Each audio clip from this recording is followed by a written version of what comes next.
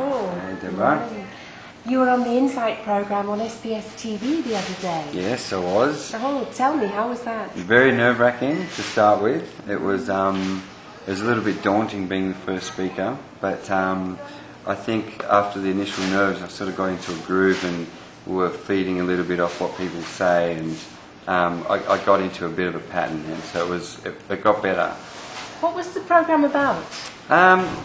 I actually hadn't been told that until the actual show, until the time that the show was filmed. So it was actually about competition, and initially I was told that it would possibly be about small towns and the village atmosphere and what have you, and they did have a little bit of that, but the main part was competition and how, whether we need it, how it affects small retailers. Do we have enough? Should we prevent any more? Obviously the duopoly that existed. So that was the crux of it. Yeah. The duopoly that's planning to come to Mullumbimby, unless we can keep them at bay.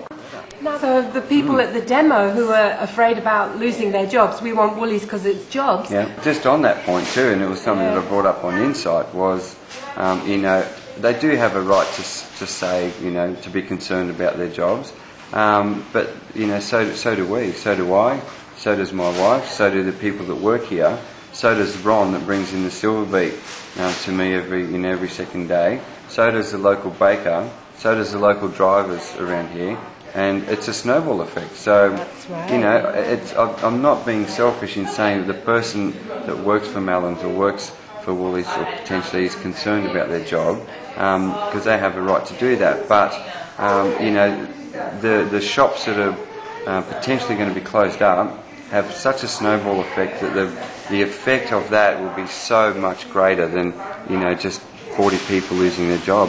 I'm sorry to say that, but that's just the way it is. I mentioned on Insight, for example, if I lose 10 to 15% of my sales, that's 2 people that I have to get rid of. It's as simple as that. And times that by the butcher, by the baker, and by everyone that's affected by Woolworths, and how many jobs is that are going to go? Yeah, and that would flow onto the local paper, things like that. Everything. Our independent paper. Everything. Yeah. It snowballs, indirectly. It just affects so many people, and it, So the solution really is for people to grow food, for money to be spent locally. Yep.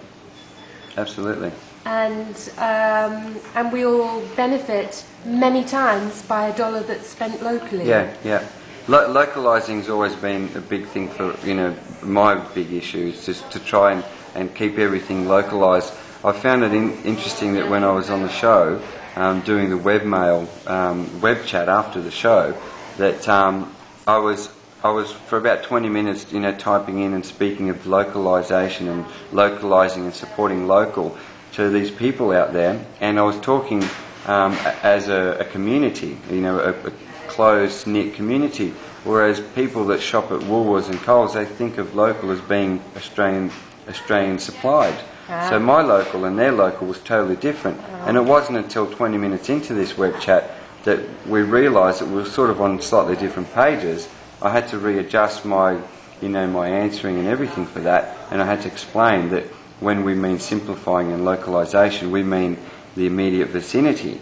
Now, when you've got pockets of, communities that begin to localise, that's when, as a whole, the whole economy then begins to strengthen on that basis. Not just talking about localising as in by Australian. Yes, I'm all for it, but I'm also a big supporter of localising as in a community kind of sense. The Byron Shire community. Byron Shire community. Or the Mullumbimby community. Mullumbimby community to start with. Yeah, look, one of the biggest things that I found out down there that I wasn't expecting was I actually spoke to a gentleman called Helmut Road, he was on an advisory committee, and he's a planner and architect who advised the anti-Woolworths campaign in Mittagong.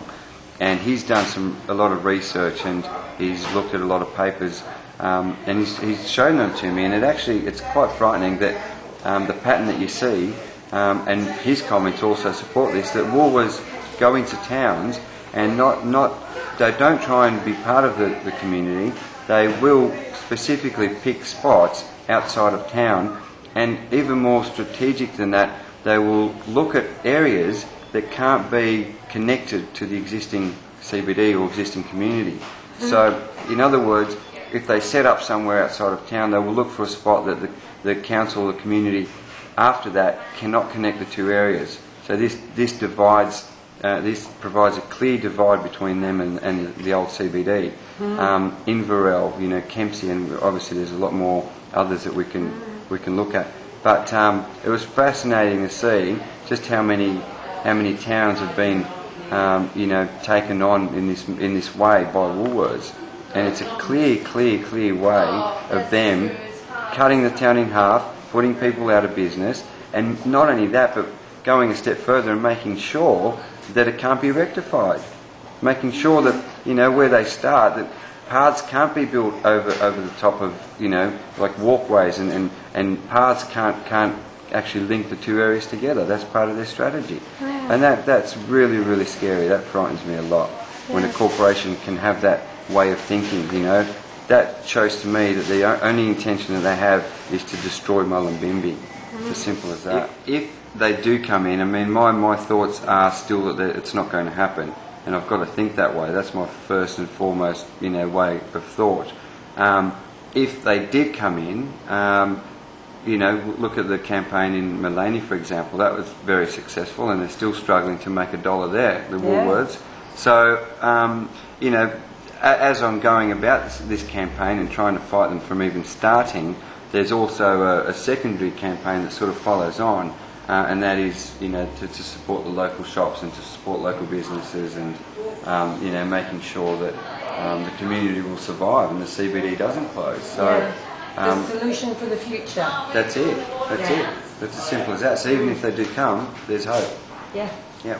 Great, Paul. Yeah. There we go. Thank you. Thank you very much. Yeah.